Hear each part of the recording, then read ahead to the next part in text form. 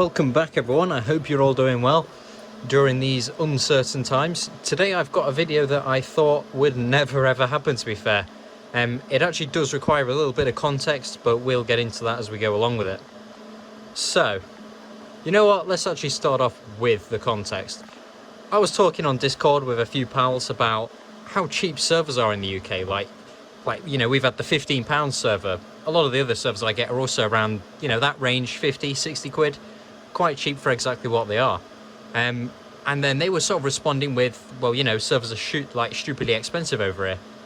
And I jokingly thought I'd tell them how cheap they are by throwing a £1 bid on a server. Little did I know I'd actually win it. I actually placed two bids. There was this server and a storage box. However, the storage box was ending, I think it was on a Friday, and the seller must have noticed that it was still only at £1 because they removed the bid and the listing for the item, claiming that it had been misplaced. So that was interesting. However, this ended on the Saturday of that week, and looks like we won it. I'm actually more than surprised that they actually shipped it. The shipping cost was 30 times the actual server, which should give you an indication of how much in total we've actually spent. But you know what? I actually bought this months ago. I never really had the time to look into it because, well, lockdown happened and yeah, things get in the way. Life. So let's see exactly what we've got here, because I'm more than amazed we've actually got something.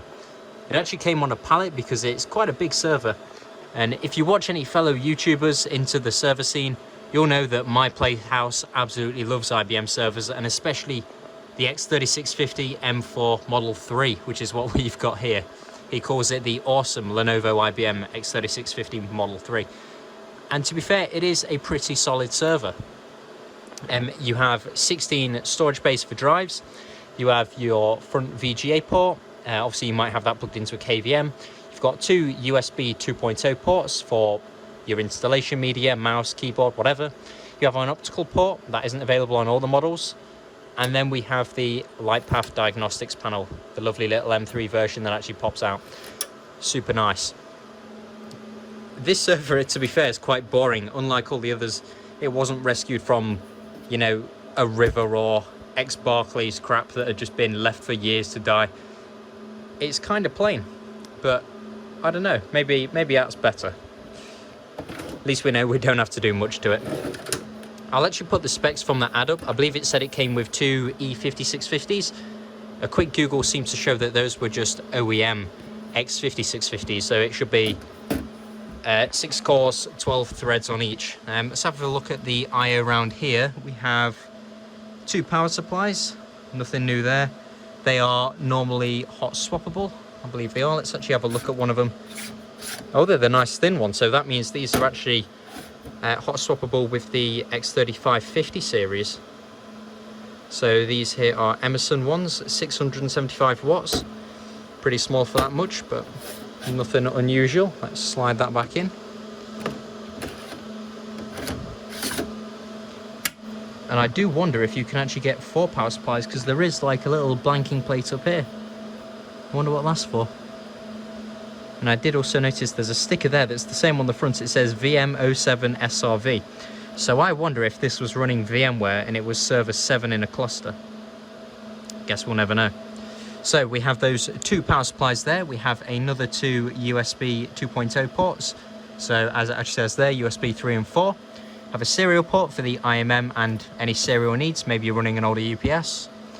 You have the 3 LEDs, so you have the system health. You have the UID, so if this is in a big data center all racked up and you've got loads of them, that can flash or hold on blue so you can identify it. And you've got the warning LED, which will come up orange if you have any problems. We then have the VGA port, and we have Ethernet ports 1 and 2, which I assume, if it's normal IBM, these are going to be gigabit. Over here, past a little bit of dust, we have an expansion port. This is usually where you can have 2 additional gigabit Ethernet ports, or in some cases, fiber. They actually did do QSFP, not QSFP, normal SFP plus 10 gig with these servers on some models, similar to the HP G8 series. And then over there we have our system management port, the integrated management module. Awesome stuff. Let's have a look inside this. It's actually quite chilly today, so I am sort of rushing along with this. And we will take a look at the management module in a bit, and that's what I've got my tablet for. Let's pop the cover on this. It's actually been sat here for quite a while now. There we go. Maybe I shouldn't rush it too much. Aha. A good old sighting of an IBM. You know that when you see a big LSI RAID card all by itself at the front of the server. So interestingly, we actually have 3 big fans as opposed to the smaller ones in the X3500 series, so the smaller 1U ones. We have an LSI RAID card. Doesn't quite say what it is. I don't know if we're actually going to be able to get that out. Well, there is a part code there, so I can certainly search that up after. There doesn't anywhere...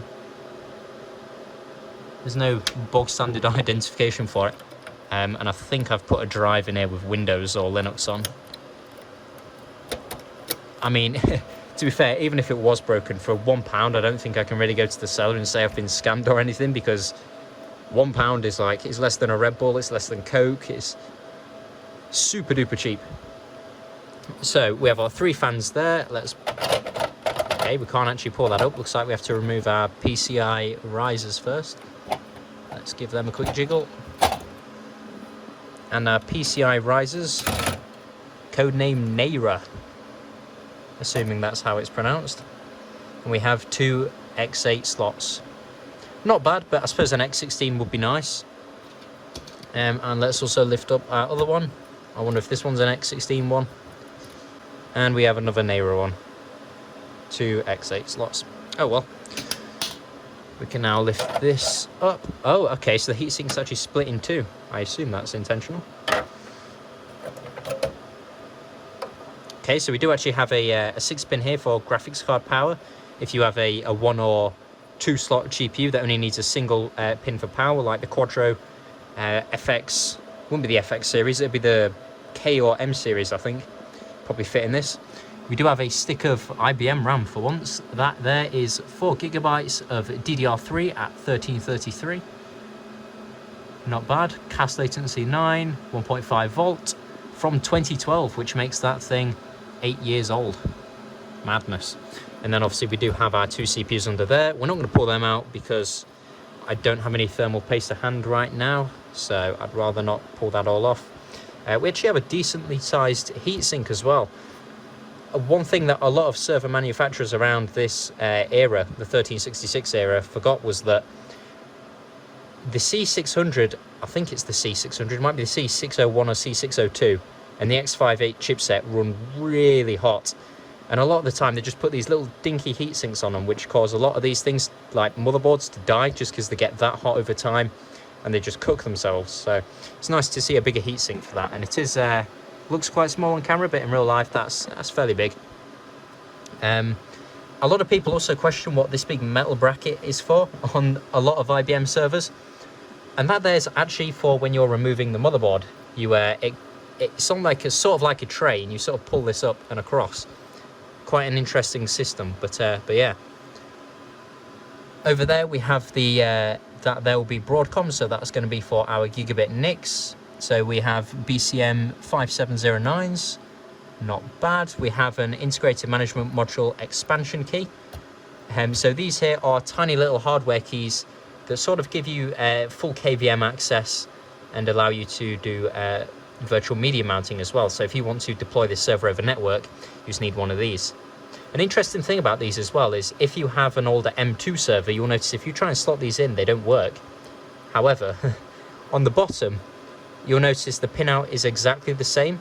So if you actually just get it and flip it the other way around and ram it into the slot, it will still work and still unlock all of the features. So it's pretty nifty. Yeah, I think it's about time we actually get this server fired up, because there's really not much more to look at. Has that gone in properly? There we go. Much better. Right, let's get our lid back on.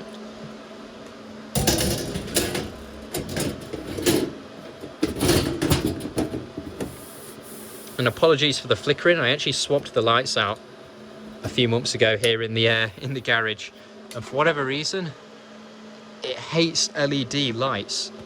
Before we had old fluorescent ones which took forever to come on and go off, and obviously we thought we'll swap them with LED ones. They'll come on faster, they'll go off faster, generally more power efficient, and all it's done is caused problems for this camera. But it's weird because if you focus something, it can sometimes stop it, or even just raising the light level sort of minimizes the amount that you see it. But oh well. So let's get a few things plugged in. Get a mouse and keyboard plugged in.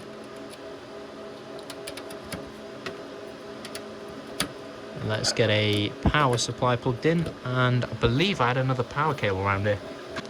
Second power cable, let's get that in.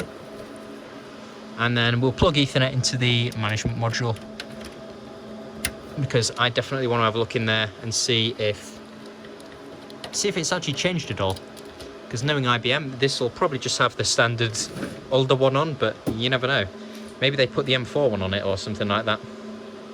This is my first X3650. Alright, I heard a click sound, which usually means power supply action. We can see that little green light there. That indicates that the server is initializing its IMM. And let's actually see if we get any errors or not. So far, it's looking pretty good. I wonder if we can be a bit of a dick to it and hurry it along.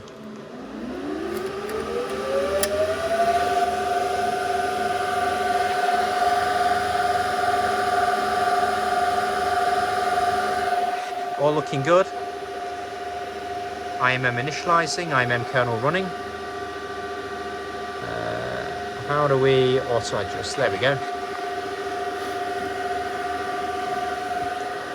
IBM System X server firmware. Just what we like to see. I'm curious, is it going to let us go into setup? Because I want to find out what the IP address of this thing is so we can have a look in the management for it. Just thinking about it.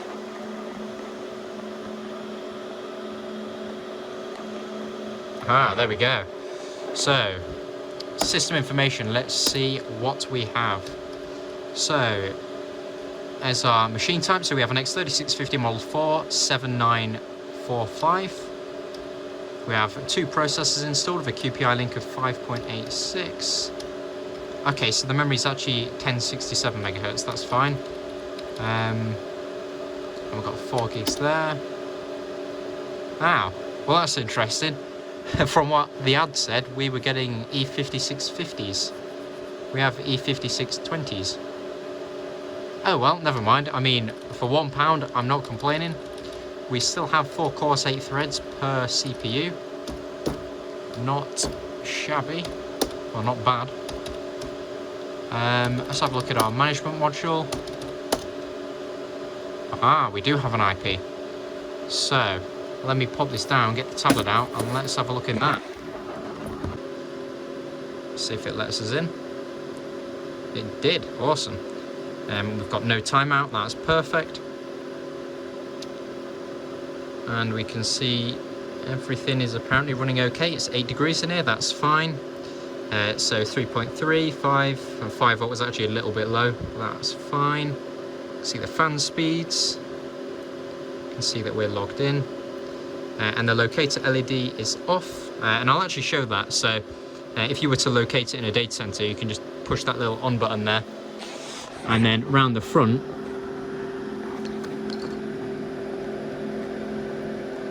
just there you can see we've got our little indicator on, and we can either switch that off just by tapping on it, and then we can actually touch it again to make it flash. Usually the default setting for these is that they flash, just because it's a lot easier to see if you're in a rack. You can see it go on and off, you can sort of get an idea of to where it is. I'm actually just going to switch that off because we don't need that. Let's have a look at our virtual light path, see if there are any errors that it's not telling us about. So all of those are off. So BMC heartbeat is blinking, that's fine, that means it's working. And power is on. Let's have a look in our event log.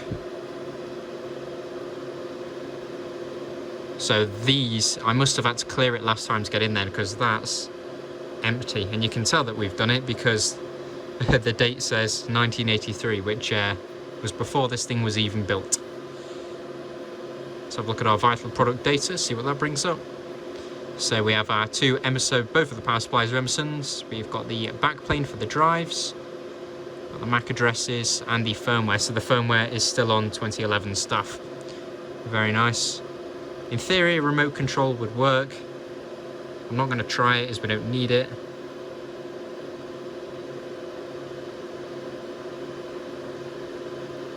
Now that's interesting. Oh no, there we go. I was going to say, I was wondering if it's about to think that the little virtual media key isn't recognised.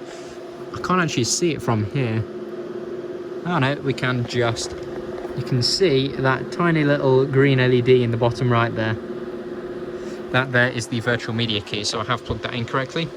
We can do a Pxe Network Boot, so if you have Windows deployment services or something like that, maybe you have a TFTP server that has an ability to boot a lot of Linux images or something, you can force it to do that. Firmware update, that tab is going to be used a lot shortly. System settings, let's have a look at this. So we can see the serial number of it there, which is also up here. I've actually just gone to monitors there, but oh well. And we can see, okay, so maybe our CMOS battery is dead because it thinks it's 1983. And then let's run a Cinebench on it, because that is what everyone wants. Cinebench R15, none of that new R20 or R23 rubbish. We don't have those instruction sets, we don't need them. This server, I genuinely don't know what I'm going to do with it. If I actually bought it for something that I was going to, you know, put it into production with, it'd become a Hyper-V host, but this is a generation or two older than our current stuff, so there's really no need for me to do that. Control-Delete.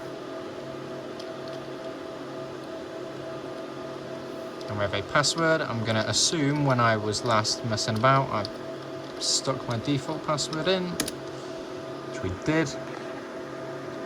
And we are straight in. Awesome. So let's actually move our network from the IMM slot into our normal Ethernet slot.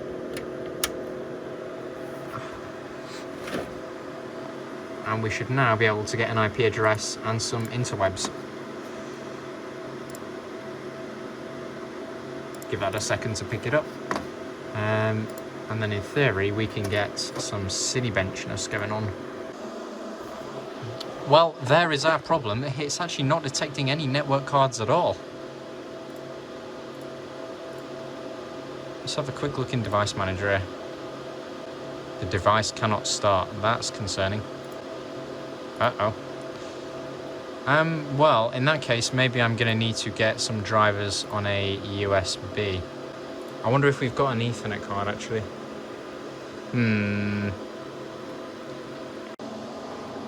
Okay, so slight change of plan. As you can see, the server's in bits once again. I was just looking through my little scrap memory pile there, and I have actually found another IBM stick of memory. This one's an Elpida 4GB stick, so that'll put us up to 8 gigs. And I've also pulled out an old Intel NIC. This actually came out of my Power 550. I put a graphics card in, and didn't need the extra Ethernet ports that were already in it, so I pulled this out. Hopefully this will give us our Ethernet back. Okay, so the card is now in the caddy. Turns out it helps if the PCIe bracket isn't bent. Should have saw that. Let's slot you back in. Should be nice and simple. I actually wonder, do I actually, yeah, let's not put you in, because we need to pull you up to put our memory in. So what is our current memory slotted in? It is in memory slot 3? Yeah. How weird. Now, one thing that, if any of you see my channel before, is that, you know, IBM servers put everything about them on the lid, which is super handy if you ever find yourself in a data center needing to do work on them. Having everything here is perfect, and we need the DIMM configuration. I'm hoping it's on it. Here it is. So, okay, so it's actually normal for that to be a number 3. And for processor 2, because we have 2 processors, that needs to go into slot number 12. With a bit of luck, aha, it is actually marked out on the server here, just along the top of the DIMM slots. So let's push open number 12. and slot in our 4GB stick, and that there will raise our capacity to 8 gigs, which is a lot more nicer because really 4GB of RAM is not even usable in desktops today if you're actually trying to get any work done other than, like, you know, cloud apps. So you need to go in here like so, and you need to pop on here. Awesome, that's all in. Let's try our PCIe riser again. Awesome, that's all nice and in now. And then we can put our other one back in. Let's get our Ethernet plugged in. Now, since I've used a bog standard Intel card, Windows Server should like 100% of drivers for that all baked in. So it should be now as simple as putting our lid back on and firing this guy up. So we do have the green flashing lights again, which means the IMM is loading, but we're gonna skip past that.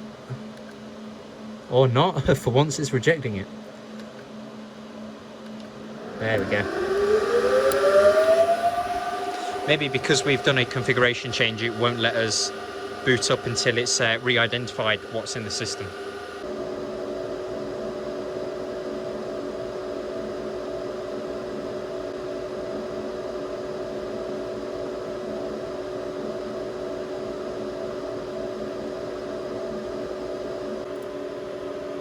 Okay, so we have two Intel Xeon E5650s, E5620s rather, 8-core 16 threads. We have virtualization on. They are at 2.37 gigahertz. We have our 8 gigs of memory, that's all showing up. And we have two Ethernet adapters this time, both without DHCP leases. There we go. We now have an IP address. Nonetheless, let's get it going. We're going to do the normal task manager trick, and we are just going to set Cinebench to high priority, so Windows Update or anything else that's trying to run in the background doesn't get eaten up, or doesn't eat our score rather. So E5 2620, so this one I did on a HP BL460CG8. That's actually not it. I've mixed up E5620 there and E5 2620. So I'd say we're looking around here then, where that E5645 is.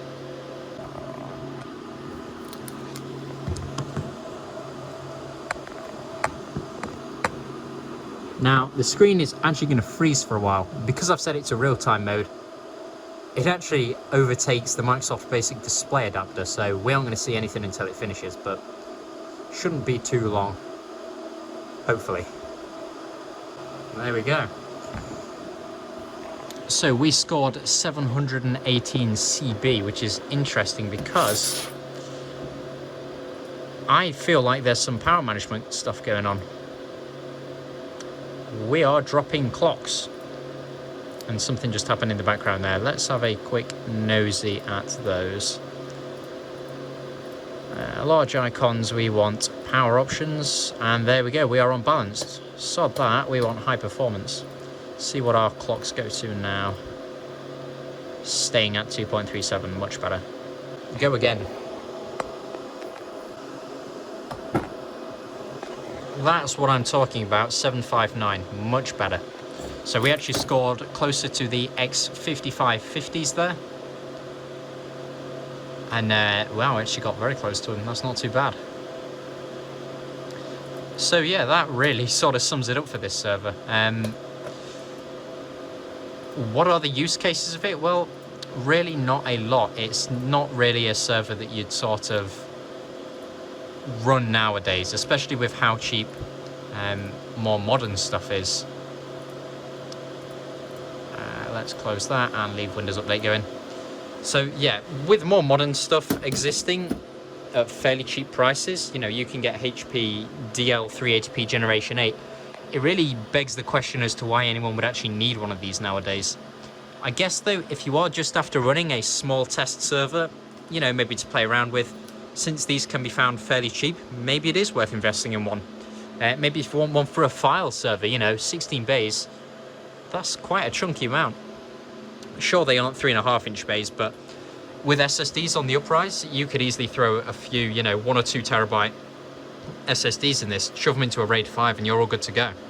I'm still not entirely sure what is wrong with those other Ethernet adapters. Looking in Device Manager, they still probably are going to show up as having problems. Or not. I wonder if they're all showing up now. Maybe it just did need a Windows update. Yeah, they're all there now. Awesome. Well, what I'm going to do in that case, I'm going to leave this thing to do some updates because it's got quite a lot to catch up on as we've installed server 2016 instead of 2019. But yeah, thank you all for watching this video, and maybe we'll look at upgrading this one as well, because we did do that with the £15 IBM.